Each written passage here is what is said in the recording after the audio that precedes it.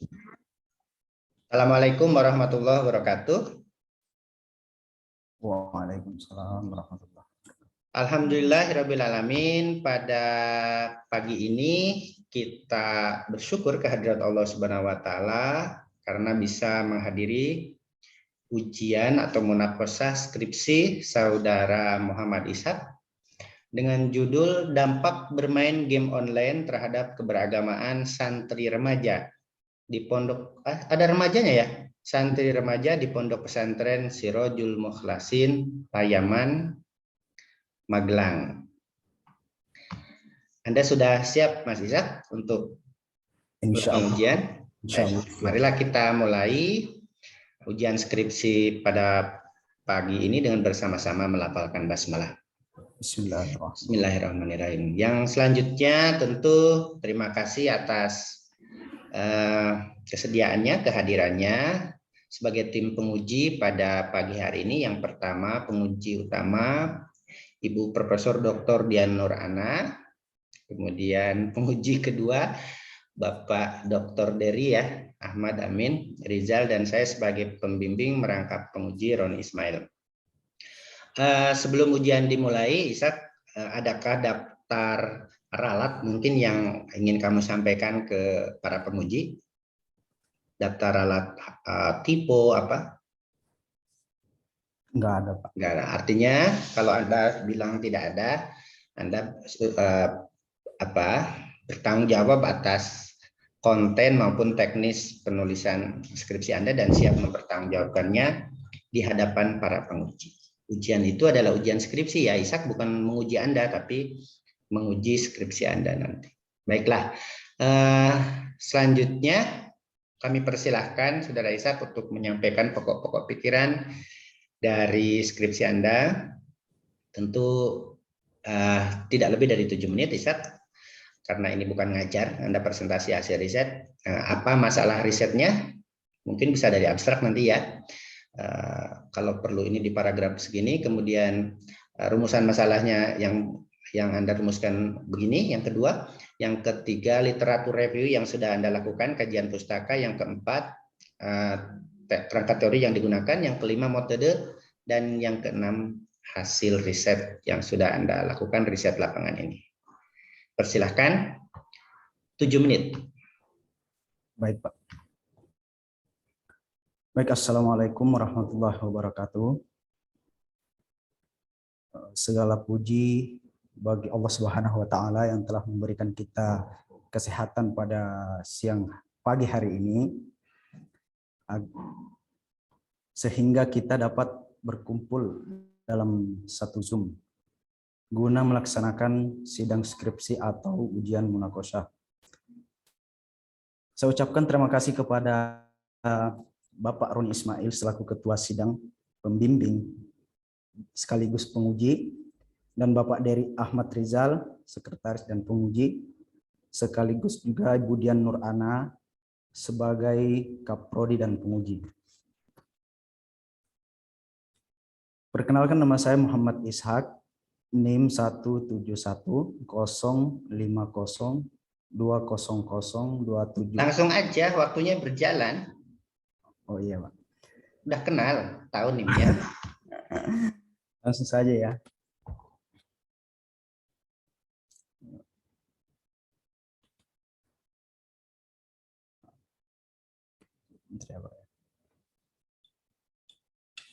Pada pagi hari ini saya akan mempresentasikan hasil skripsi saya yang berjudul Dampak Bermain Game Online Terhadap Keberagamaan Santri Remaja di Pondok Pesantren Sirojul Mukhlasin, Payaman 2, Magelang.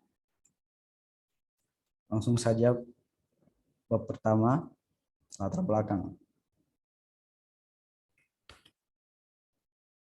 Perkembangan game online di kota-kota besar di Indonesia sangat pesat. Hal itu ditandai dengan menjamurnya game center yang menawarkan banyak fasilitas untuk bermain game-game multiplayer, baik yang lokal maupun yang online. Game online sudah menjadi situs jejaring sosial yang diminati oleh banyak kalangan, baik anak-anak, orang dewasa, remaja, bahkan orang tua. game online juga sudah membuat seorang lupa dengan waktu. Hal itu terjadi dikarenakan rata-rata orang yang sedang bermain game online melakukan aktivitasnya secara berlebihan. Selanjutnya, game online mulai dianggap sebagai sesuatu yang edik atau candu. Itu dapat dilihat bahwa para gamers mampu duduk berlama-lama demi game dan bertahan untuk menginginkan suatu pendapatan atau yang dimaksud dengan kemenangan dalam game tersebut.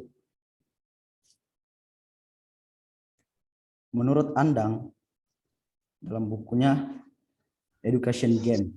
Ishak, maaf, tulisanmu kan kecil. Di full screen aja, diklik yang gambar itu, Ishak. Oh iya. Di bawah, bawah. Ini, itu. Yang ini? Yang ini, Pak? Saya nggak lihat, coba kamu klik. Yang gambar apa itu ya, Pak? Dari pas saya nggak nampak ini ada. Iya benar, yang gambar layar tadi itu. Yang ini? Iya. Iya betul. Sip. Oh ya betul. Saya sama Pak Dedi sudah berkacamata tebal ini. Nah, ini saya juga harus pakai kacamata. Tadi kok tak celek kayak gini. Ya. Silakan.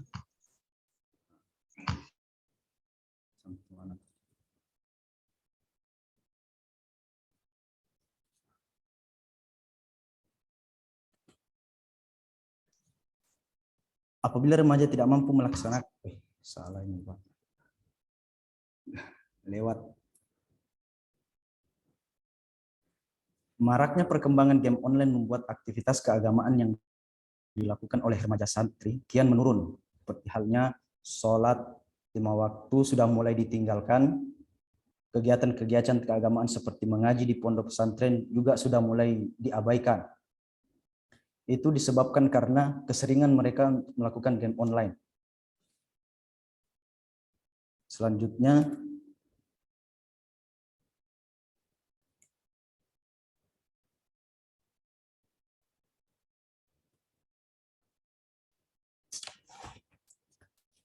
apabila remaja tidak mampu melaksanakan nilai-nilai religiusitas, maka akan berdampak pada kurangnya ketaatan remaja dalam segala hal yang berhubungan dengan keagamaan. Sedangkan keterlibatan remaja dalam kegiatan keagamaan diharapkan dapat berpengaruh terhadap tingkat religiusitasnya. Nah, berhubungan dengan penjelasan di atas, peneliti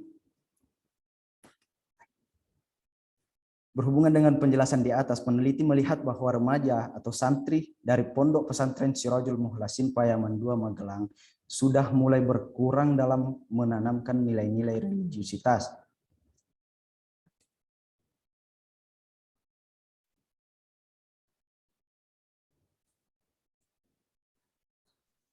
Ayo Mas, nanti waktunya berjalan loh.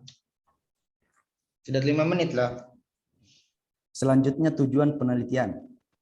Tujuan daripada penelitian. Nggak usah, tadi saya bilang setelah itu rumusan masalahnya apa, literatur review apa. Nanti nggak cukup 45 menit loh kalau Anda baca gitu. Itu sudah baca, penguji udah baca kalau itu. Langsung pembahasan aja ya Pak. Literatur review kajian pustaka, kemudian Anda di mana posisi berbedanya.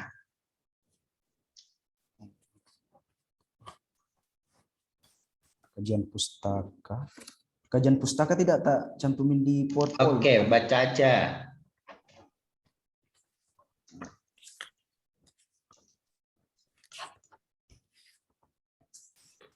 Kerangka teori, wes, nah nggak ada. Kerangka teorinya gimana? Apa teori yang kamu gunakan? Ini udah hasil. Ya di sini Pak. Ini teorinya di sini. Teori yang saya gunakan dalam penelitian ini adalah teori keberagamaan dari Glock dan Stark, di mana Glock dan Stark mengemukakan bahwa keberagamaan seseorang menunjuk pada ketaatan dan komitmen seseorang terhadap agamanya. Artinya, Keberagamaan seseorang pada dasarnya lebih menunjukkan pada proses-proses internalisasi nilai-nilai agama yang kemudian menyatu dalam diri individu, membentuk perilaku sehari-hari. Dalam hal ini, Glock dan Stark membagi aspek keberagamaan ke dalam 5 dimensi. Yang pertama, dimensi keyakinan, di mana tingkatan sejauh mana seseorang menerima dan mengakui hal-hal yang dogmatik dalam agamanya. Misalnya, keyakinan adanya sifat-sifat Tuhan, malaikat, surga, nabi, dan lain sebagainya. Yang kedua, dimensi peribadatan. Dimensi peribadatan atau praktek agama, yaitu tingkatan sejauh mana seorang menunaikan kewajiban ritual dalam agamanya. Misalnya menunaikan sholat, zakat, haji, dan sebagainya. Yang ketiga, dimensi feeling atau penghayatan, yaitu perasaan keagamaan yang pernah dialami dan dirasakan oleh seperti merasakan dekat dengan Tuhan, tentram saat berdoa, tersentuh mendengar ayat-ayat kitab suci, merasa takut berbuat dosa, merasa senang doanya dikabulkan, dan sebagainya. Yang keempat, dimensi pengetahuan, yaitu seberapa jauh seseorang mengetahui dan memahami ajaran-ajaran agamanya, terutama yang ada dalam kitab suci, hadis, pengetahuan fikih, dan sebagainya. Yang kelima, dimensi efek atau pengalaman, yaitu sejauh mana implikasi ajaran agama mempengaruhi perilaku seseorang dalam kehidupan sosial. Nah, dimensi ini memiliki arti sejauh mana perilaku seorang dalam kehidupan sehari-hari didorong oleh ajaran agamanya. Kenyataannya, dimensi ini tidak selalu lengkap pada seseorang, dikarenakan sikap atau ucapan dan tindakan seseorang tidak selalu atas dorongan ajaran agama. Oke, hasil penelitiannya gimana dengan penerapan teori itu? Teori keberagamaan Glock Stark. Itu nggak bisa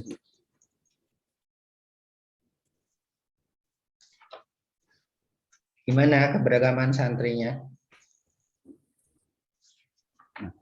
Hasil daripada penelitian ini berdampak pada keberagamaan santri. Dengan kehadiran video game di tengah-tengah laju teknologi, telah membawa pengaruh besar terhadap perkembangan pribadian dan adaptasi remaja atau santri. Bahkan tidak sedikit remaja atau santri yang tersebut berubah menjadi pecandu game, sehingga lupa pada jati diri mereka yang sesungguhnya. Tidak sedikit remaja atau santri yang gemar bermain game online mengalami penurunan prestasi di sekolah atau pondok, penurunan kegiatan ibadah, mengalami masalah dengan kepribadiannya, menderita penyakit, dan bahkan terjerumus untuk melakukan perbuatan yang tidak baik, seperti berbohong kepada kedua orang tuanya dan berkata kasar kepada kedua orang tuanya.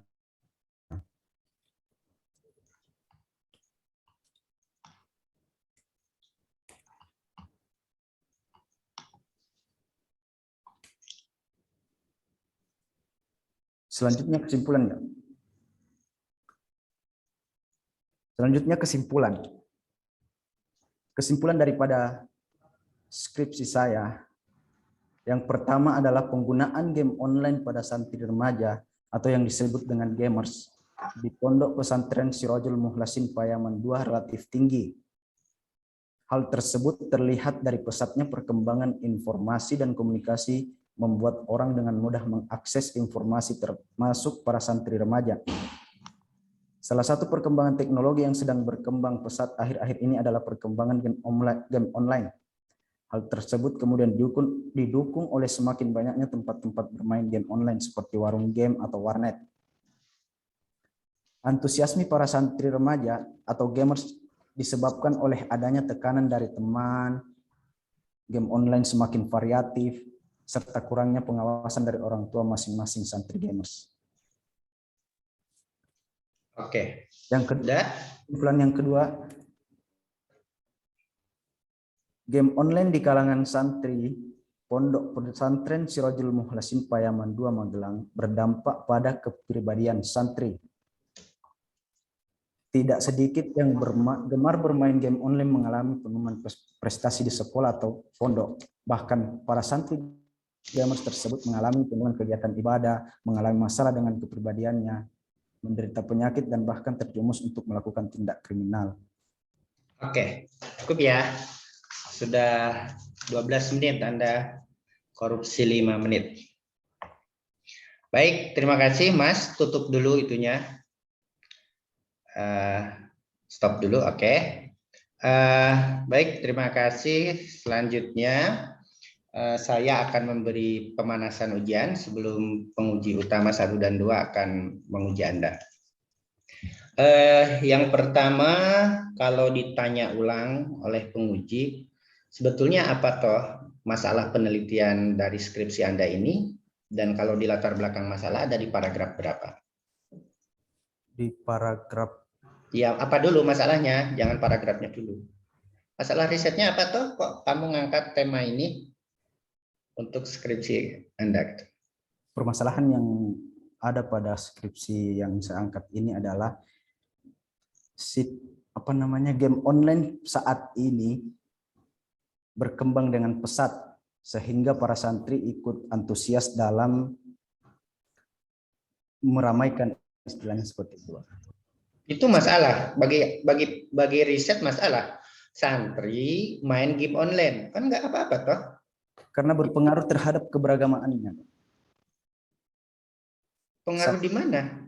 Kan ada studi dampak nih. Ya, ketika mereka keseringan bermain game online, maka akan berdampak terhadap keberagamaannya. Iya, dampaknya apa? Dampaknya mereka semakin kurang dalam beribadah, tugas-tugas dari pondok mereka sering diabaikan. Ibadah, tugas, terus bahkan tidak jarang mereka bolos dari pondok. bolos. Hanya untuk bermain game online. Oke. Ibadahnya menurun, tugas tidak dikerjakan, bolos.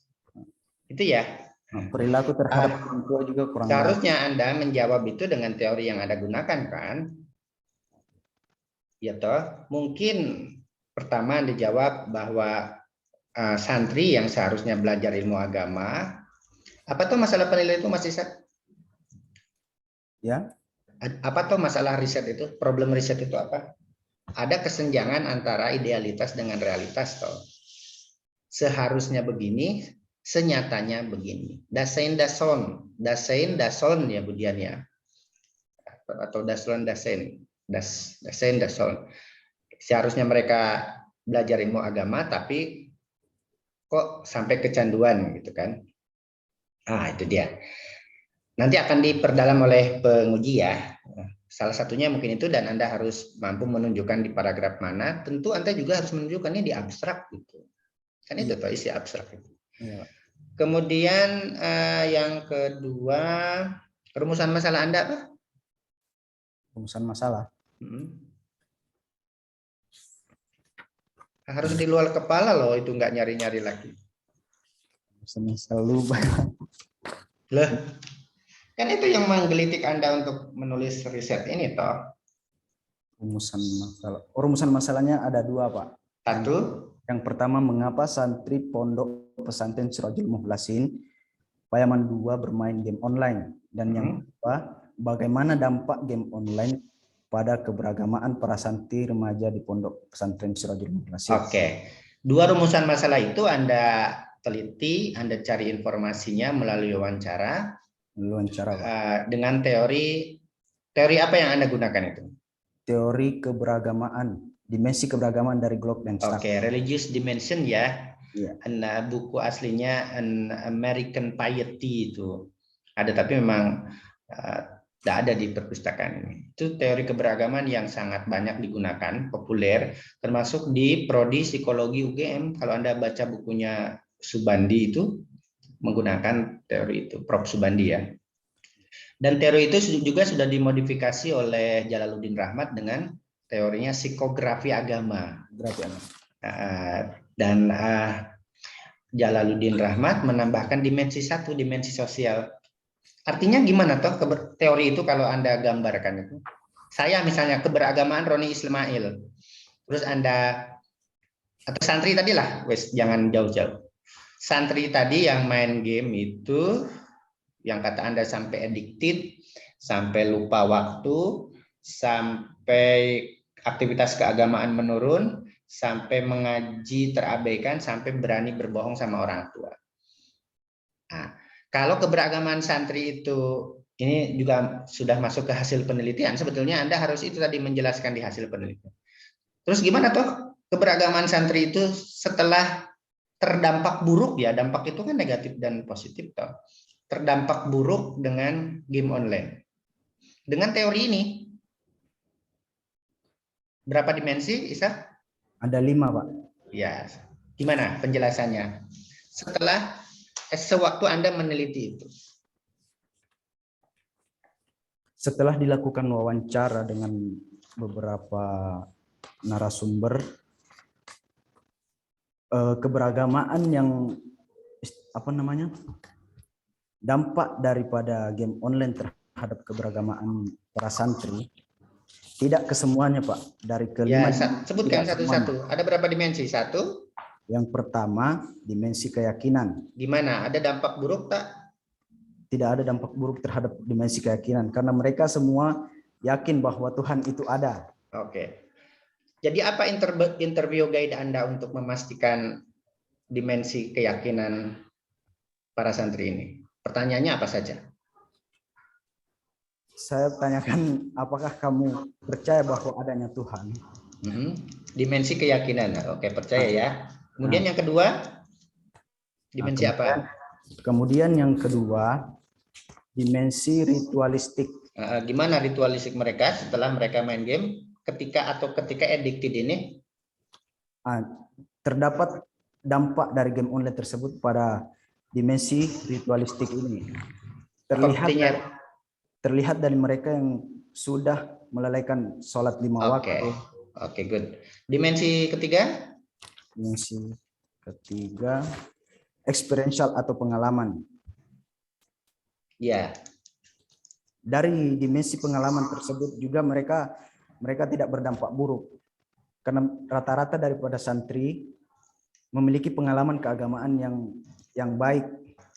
Tidak berdampak buruk ya? Tidak berdampak buruk. Oke. Keempat, dimensi intelektual. Oke. Nomor 3 harusnya ya. Tidak apa-apa. Dimensi intelektual. Dimensi apa? Gimana dimensi intelektual mereka? Setelah Anda analisis ini.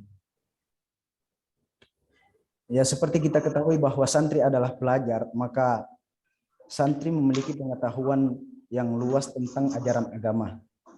Ajaran agama Islam tentang fikih. Jadi di dimensi intelektual ini tidak ada dampak buruk. Tidak dampak buruk, saya catat.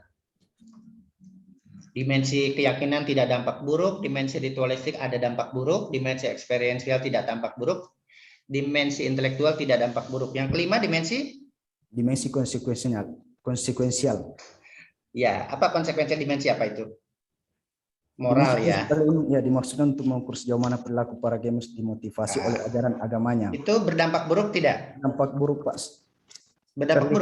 Berdampak buruk karena terlihat mereka sudah berani berbohong, berperilaku tidak baik dengan kedua orang tuanya, bahkan sampai berkata kasar. Oke, artinya para santri ini kalau dilihat dengan teori religious dimensionnya Glock dan Stack, satu kalimat, satu pernyataan dari Anda. Maksudnya, Pak? Iya, kan mereka tetap yakin Allah Maha Tahu toh, Allah ada. Kemudian dimensi ritualistiknya menurun. Dimensi eksperiensialnya tidak bertambah buruk kata Anda. Tidak. Pengalaman. Kemudian dimensi intelektual, tahu bohong itu dosa kan dari dimensi intelektual kan? Dosa. Oke.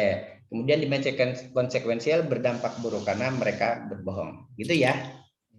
Nah, artinya taunya Allah Maha Tahu. Para santri tahu Allah Maha Tahu. Para santri secara intelektual paham bahwa bohong itu tidak benar kan? Iya. Tetapi kata Anda kok tidak berpengaruh pada dimensi eksperiensial pengalaman hidup? Gimana itu? udah bohong kok tidak berpengaruh itu gimana? Dimensi eksperiensial. Nah, Anda kan tahu tidak boleh bohong toh. Tapi dalam kenyataan Anda bohong. Dampak tidak tuh? Berdampak, Pak. Berdampak ya. Baiklah, Dampak buruk. itu pertanyaan pemanasan ya, nanti akan digali lagi oleh yang ahlinya ahli, core of the core. Ya, ahlinya Monggo gimana, nggak bisa selanjutnya lagi. sepuasnya saya beri waktu kepada Ibu Dr. Diana Urana untuk menyampaikan ujian skripsi saudara Muhammad Ishak. Silakan. Terima kasih kepada Ketua Sidang yang terhormat Bapak Profesor Dr. Ismail. Doa ya untuk semuanya gitu ya. Baik, sehat Mas Ishak. Alhamdulillah Bu, sehat. Amin. Pangling kayaknya gondrong ya, coba kalau diurai. Iya. Meskipun dari sini kelihatan tidak, cuman kayaknya ada iketan gitu. Iya Bu. Ya. Oke, baik. Nanti ketemu di kampus ya. Oke. Baik, terkait apa judul Anda ya. Nah, coba dibaca. Nggak usah dibaca, harusnya hafal ya. Dampak bermain game online terhadap keberagamaan santri Pondok Pesantren Sirajul Mukhlasin Payaman 2 Magelang. Nah, remajanya terlewat ya. Nggak bisa dibaca ya. Baik, kalau terkait dampak ya, berarti kan dalam benak Anda pasti positif, negatif gitu ya. Iya. Nah, pakai teori siapa ini? Saya belum menangkap ini. Teori keberagamaan dari Glock dan Dampak itu loh, kata-kata dampak itu belum muncul dalam kerangka teori. Saya lihat kata-kata itu, padahal itu kan penting kan. Apalagi Anda dalam apa ya, latar belakang itu sudah menjelaskan negatif, positif lah. Kok bisa Anda terangkan di latar belakang itu ya.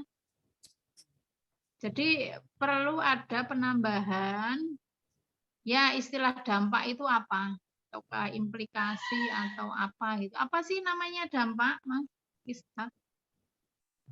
pengaruh Bu, pengaruh terhadap keberagamaan. Dampak Nah, adalah pengaruh. kata pengaruh itu harus ada, Mas ya. Dampak adalah pengaruh gitu kan. Jadi kalau pengaruh berarti kan Anda harus membuat semacam bagan ya, biar lebih enaknya. Sebelum ada game online itu seperti apa, kemudian setelahnya itu seperti apa. Gitu loh. Iya. Harusnya kan ada gitu kan, sehingga diketahui bahwa pengaruhnya itu seperti ini. Dan akhirnya Anda memakai teorinya Glock and Star ya. Itu kan nanti misalnya begini, dalam aspek keyakinan, perubahan apa yang terjadi sebelumnya seperti apa, kemudian setelahnya seperti apa.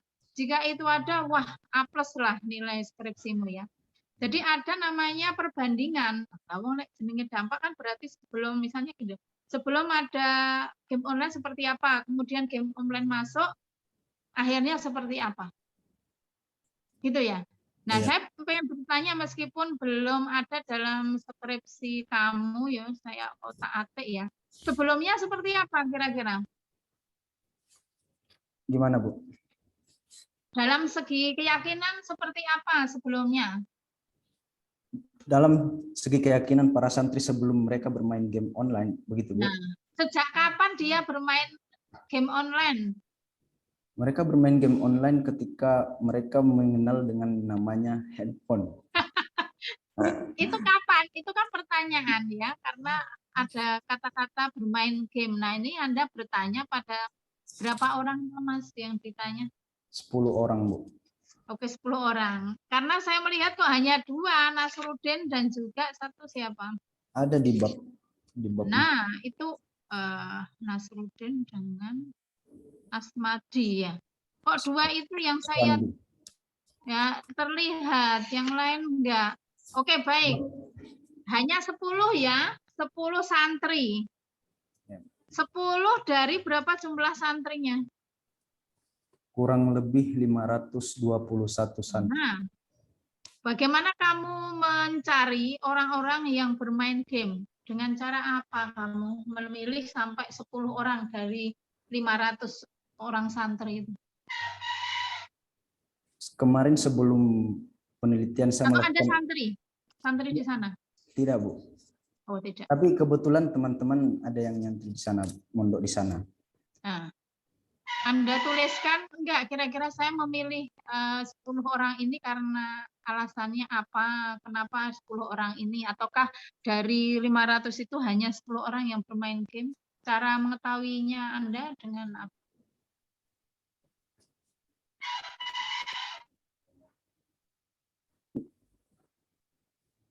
Cara mengetahui dari kenapa mereka bermain game online begitu, Bu. Dan dari 10 orang itu loh, Anda mendapatkan 10 orang itu dari mana memilihnya? Saya melakukan observasi kepada ustadznya, Pak. Tanya kepada ustadznya apa benar bahwa kan salah satu dari santri dari pondok pesantren sana, Bu. Saya punya teman.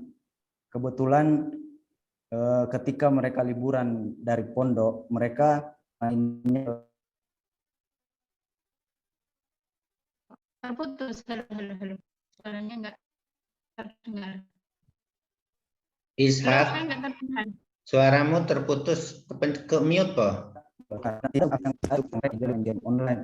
Ya, sip. Ada Dari lagi. situ saya tertarik untuk ini. Iya. Ya, Bu. Baik. Kalau begitu Anda harus menjelaskannya di metode penelitian ya Mas ya, ditambah ya. Metode Wawancara itu loh. Nah, di wawancara belas Anda nggak nyebutkan wawancara dengan siapa gitu.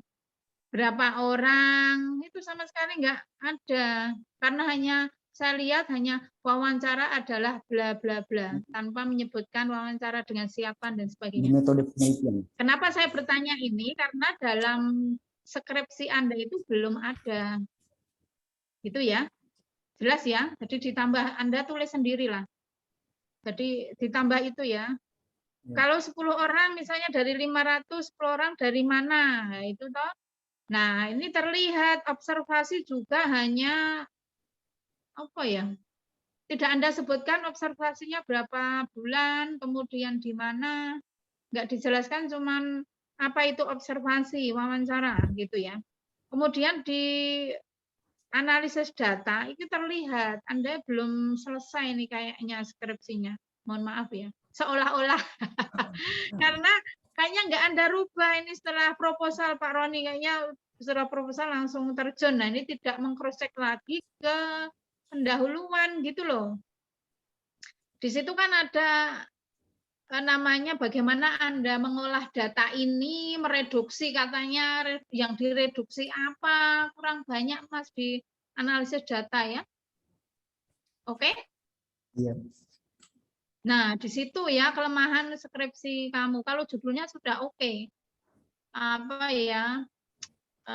Sangat up to date gitu ya. Cuman ini tadi kelemahannya di Metopen itu sama sekali belum dijelaskan ya, gitu.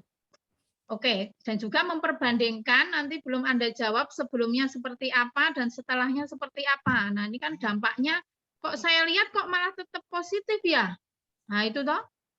Saya melihat itu kok kayak main game itu positif dari pernyataan Anda sendiri karena akhirnya misalnya ideologi nggak berpengaruh. Hanya ritual, eksperiensial, intelektual, konsekuensional, meskipun itu ternyata karena Anda kurang menganalisis secara mendalam gitu ya, yang saya lihat gitu. Itu ya. Jadi PR Anda menjelaskan itu gitu. Kemudian yang kedua saya meloncat ini karena ngomongin terkait itu ya. Di abstrak itu juga ya. Kok terkesan Anda ini keburu-buru mau sidang skripsi. Betul enggak ini Pak Roni? Karena dalam abstrak 5 teori itu kan saling kait-mengkait ya. Tidak bisa terpotong satu hanya pakai 2 dan sebagainya. Nah, di abstrak ini terlihat hanya ritual dan eksperiensial yang Anda sebut. Iya, Bu. Nah, kenapa ini? Nah, kalau seandainya memang 2 ini, maka di kerangka teori pun Anda harus menyebutkan bahwa teorinya Block and Star ini tidak saya pakai semua misalnya, atau apa. Seharusnya memang satu teori itu kan semuanya tidak boleh parsial. Jadi semua digunakan, meskipun nanti akhirnya hasilnya ternyata tidak sesuai yang kita harapkan, misalnya ya hanya bagian ini tertentu dan sebagainya gitu ya. Oke, coba piye iki? Apa betul prediksi saya atau gimana? Mau membela diri juga boleh. Betul, Bu. Nah, ya toh, terlihat. Ini karena Pak Roni baik hati aja, mungkin Anda maju sidang kali ini. Kemudian lagi buku aslinya, saya punya tapi hard copy, Mas. Kalau bisa ini Anda rujukannya buku asli ya, terkait Glock and Star ya. Nah itu, karena soft copy-nya saya nggak dapat. Ya, Saya nyari kemarin kok nggak ketemu ya. kemarin juga. Sudah pernah, itu online. Jadi dulu pernah download terus saya print. Kok cari lagi kok nggak ada filenya. Itu kemudian yang kedua itu ya, pertama PR-nya abstrak, perlu dibenahi. Kemudian kedua di latar belakang masalah itu Anda sudah langsung mengkerucut ada positif negatif dampaknya. Harusnya kan belum Anda jelaskan. Kemudian di bab 3, ini kok kayaknya repetition dari latar belakang ya. Di kerangka teori ya. Misalnya halaman 14 Anda masih menjelaskan tentang teori yang Anda pakai. Glock and Star, bla bla bla, masih ada. Kemudian masalah tata tulis saya serahkan ke Pak Dery ya. Kemudian yang ketiga dicatat. Apa tadi, pemilihan 10 orang tadi ya. Kenapa? Kemudian apakah sudah mewakili dari remaja di pondok pesantren ya. Nanti kalau ini dibawa dan dilihat oleh pondok pesantren bisa bahaya ini. Apa benar terus di sana hanya main game? Nah, itu kan Anda sudah cross check enggak dengan mereka? Boleh enggak ini diterbitkan dan sebagainya? Boleh, Bu. Kemarin sudah. Baik ya. Kalau sudah ada itu aman ya. Kemudian tidak ada kekonsistenan Anda ketika menjelaskan apa yang disampaikan oleh Pak Roni. Ini saya kok idem ya Pak Roni dengan catatan saya. Terkait ideologi, pertanyaannya kurang banyak. Apakah hanya percaya pada Tuhan? Apa hubungannya dengan game online? Pertanyaan ini. Pertanyaan-pertanyaannya apakah ada daftarnya atau enggak, Mas Ishak? Ada, Bu. Berapa pertanyaan satu item itu? 17 pertanyaan. Wah, banyak. Tapi kenapa kesimpulannya setitik begitu ya? Kan pertanyaannya banyak harusnya.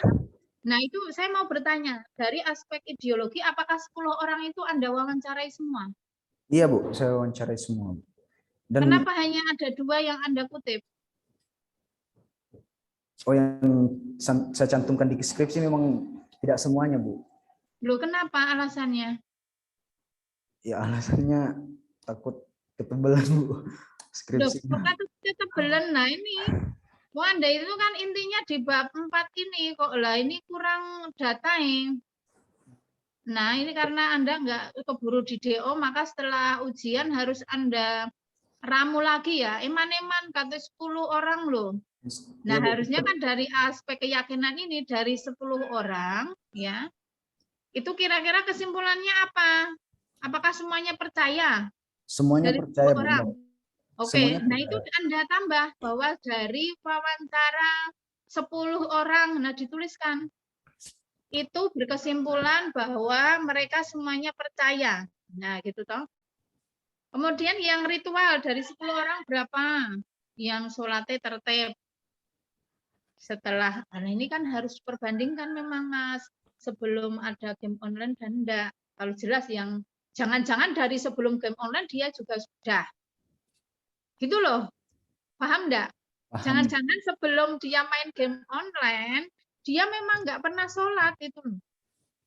Orangnya melincur, ada kan tipe orang yang melincur, kalau ada kerjaan lari gitu ada, ya model-model gitu. Nah, sebelumnya misalnya adakah pertanyaan sebelum ada game online jenengan rajin enggak? Ada pertanyaan gitu enggak? Tidak ada, Bu. Nah, itu apalagi kan dampak loh tadi. Yang harusnya itu nanti ditanyain lagi ya, karena itu jadi bagus loh penelitianmu itu. Dan dicatat lagi pertanyaan saya sejak kapan dia main game online itu harus ketemu. Ya, ditanya. Wong, Anda sudah punya nomor WA-nya toh? Sudah, Bu. Ah, kalau sudah kan bagus, tinggal WA aja. Nah, itu pertanyaan saya. Kemudian yang ketiga eksperiensial juga berapa orang? Yang dari 10 itu seperti apa? Ada 3 orang kayaknya. Nah, dari 3 orang yang apa? Tidak aktif sholat. Tidak apa? Sorry, saya salah lihat malah. Eksperiensial, piye ini? Yang berbohong hanya 3 gitu? Apakah hanya berbohong? Pertanyaannya, saya penasaran nih, pertanyaan-pertanyaan yang kamu berikan. Apakah stay item mungkin benar-benar 17 pertanyaan? Soalnya di eksperiensial, intelektual, dan konsekuensional tidak menuliskan beberapa nama orang yang Anda wawancarai, padahal itu berharga. Itu harusnya ada di sini, tebal gitu loh. Bab 4 harusnya lebih tebal dari bab-bab sebelumnya. Kalau bisa malah 50 halaman sendiri harusnya dari sini. Bab 4. Iya, kan banyak banget toh. Ini sebetulnya kamu dapat. Piye iki, Mas? Hanya 3 orang yang berbohong, yang lain enggak. Kemudian intelektual, piye Mas? Dari 10 orang itu seperti apa? Dari semuanya, Bu, mereka memang mempunyai pengetahuan tentang keagamaan. Jadi tidak Kalau berdampak buruk seandainya dia terhadap. pengetahuan keagamanya tinggi, kenapa dia tahu toh bahwa meninggalkan sholat itu enggak boleh? Tapi kenapa dia Ya, meninggalkan? Nah ini loh. ya dia pengaruh dari game online. Nah, sudah tahu pengetahuannya, tapi dia tidak melaksanakan gitu. Iya. Nah, ini perlu ada pemetaan penjelasan secara rasional dari kamu, karena saya belum melihat. Gitu ya. Sehingga kesimpulan Nah, yang di sini Anda buat itu juga belum mewakili bahwa Anda itu sudah meneliti. Yang khusus untuk pertanyaan yang kedua ini. Ya. Oke, baik. Itu saja yang teknis-teknis nanti saya serahkan kepada Pak Dery ya. Saya ucapkan selamat karena sudah sampai ke sidang munahosah. Kayaknya ini karena Pak Roni baik hati ya pada Anda. Oke. Baik, tapi tetap semangat ya. Setelah ini Anda revisi. Saya serahkan kepada Ketua Sidang. Baik, terima kasih Ibu Dianurana. Posisinya sebagai penguji ya, Mas Ishak, bukan sebagai Kaprodi. Banyak catatan yang beliau sampaikan ke Anda, tentu Anda harus mencatatnya, saya juga mencatat, dan nanti Anda sempurnakan justru untuk kebaikan skripsi Anda ya. Kalau penguji itu biasanya detail ya, kalau pembimbing nggak terlalu detail malah ya Bu Dian. Ya, detail. Selanjutnya ujian akan disampaikan oleh Bapak Dr. Dery Ahmad Rizal MA yang tidak harus di masalah teknis ya Pak Dery, feel free baik konten maupun teknis skripsi saudara Ishak, tentu tujuannya agar skripsi Anda Ishak jauh lebih baik. Waktu seselonya, sepuasnya disampaikan kepada yang terhormat Bapak Dery. Silakan.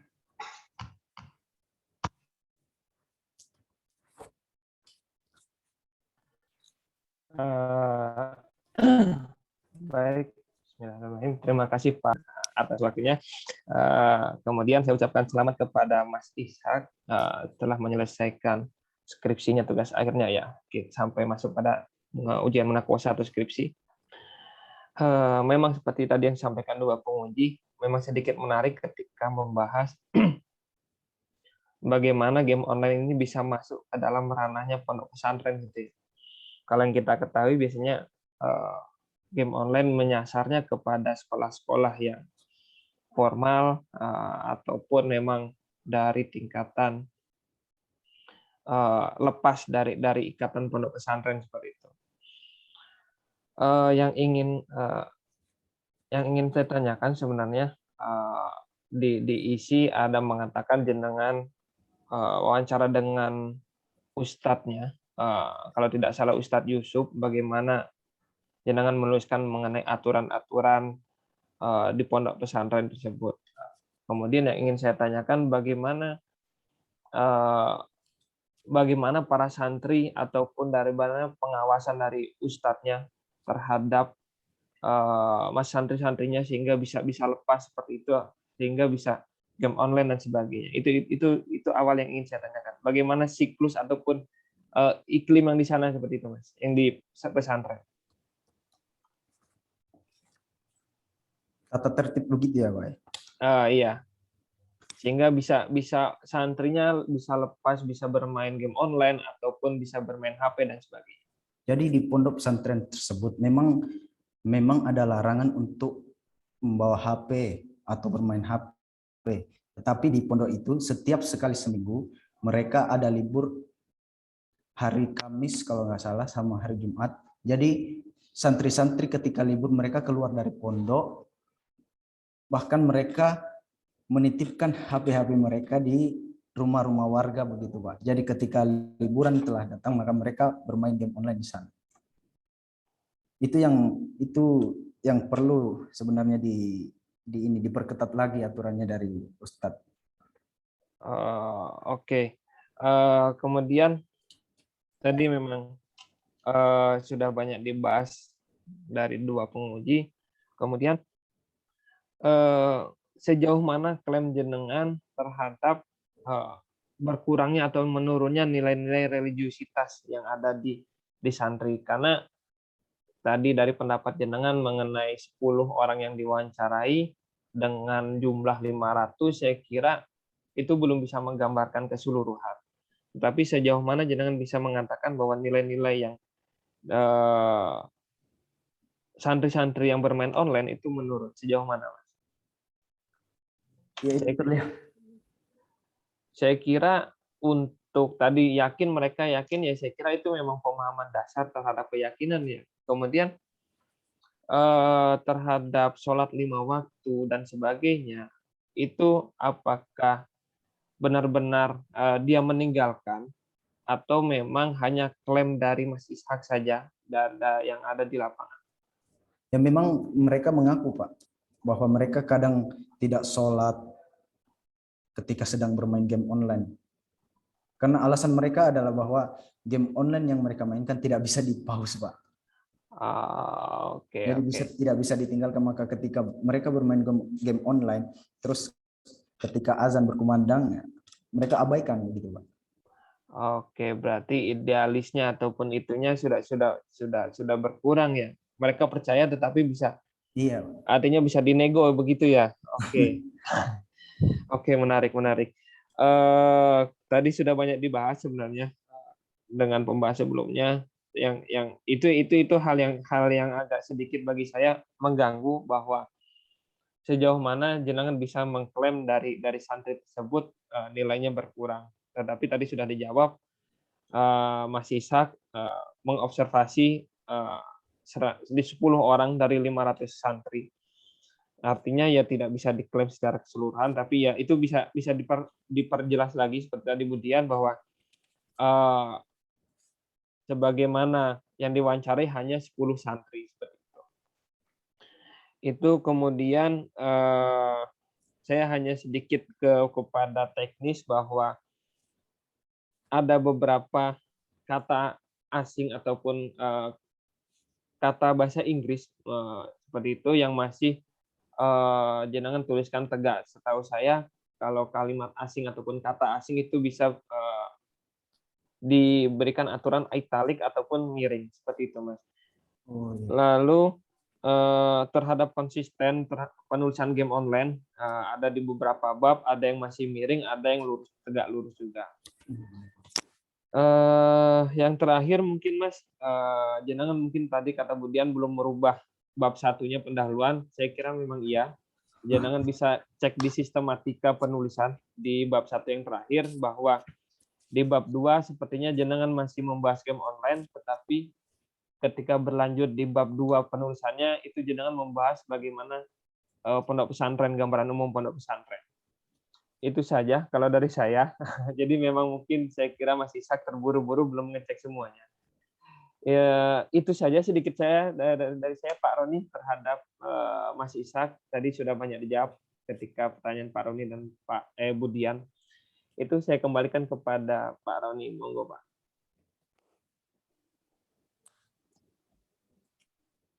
Sudah. Oke. Terima kasih.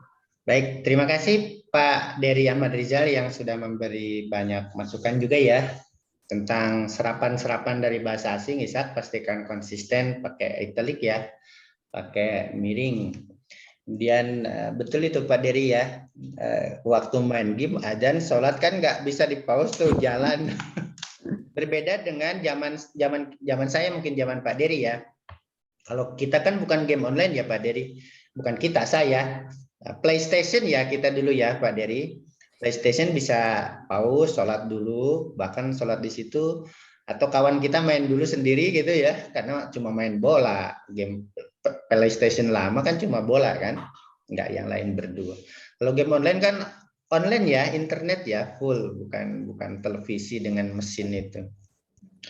Baik, terima kasih Pak Dery dan semua sudah memberi catatan kepada untuk skripsi Anda ya, Mas Ishak. Tentu Anda nanti perbaiki konsultasi selanjutnya, dan selanjutnya kita akan menyidangkan hasil ujian skripsi Anda ini, Mas Ishak, apakah lulus atau tidak, ngulang atau tidak, nanti kita akan diskusikan seobjektif mungkin. Anda saya persilahkan live dulu atau bisa ke sembunyi di mana Pak Dery? Bisa nggak menyembunyikannya? Waiting room. Caranya itu diklik ini ya. Ada ini breakout room bukan?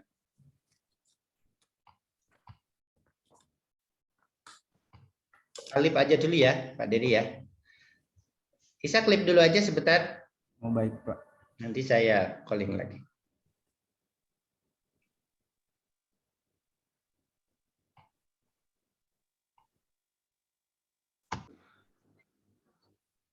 Baik, Ishak, Anda sudah mendengar suara kita? Sudah Pak. Anda siap menerima hasilnya dengan lapang dada, penuh Insya syukur, penuh Insya Allah. keceriaan, dan tentu self critical ya, kritik diri terhadap humble ya, kritik diri terhadap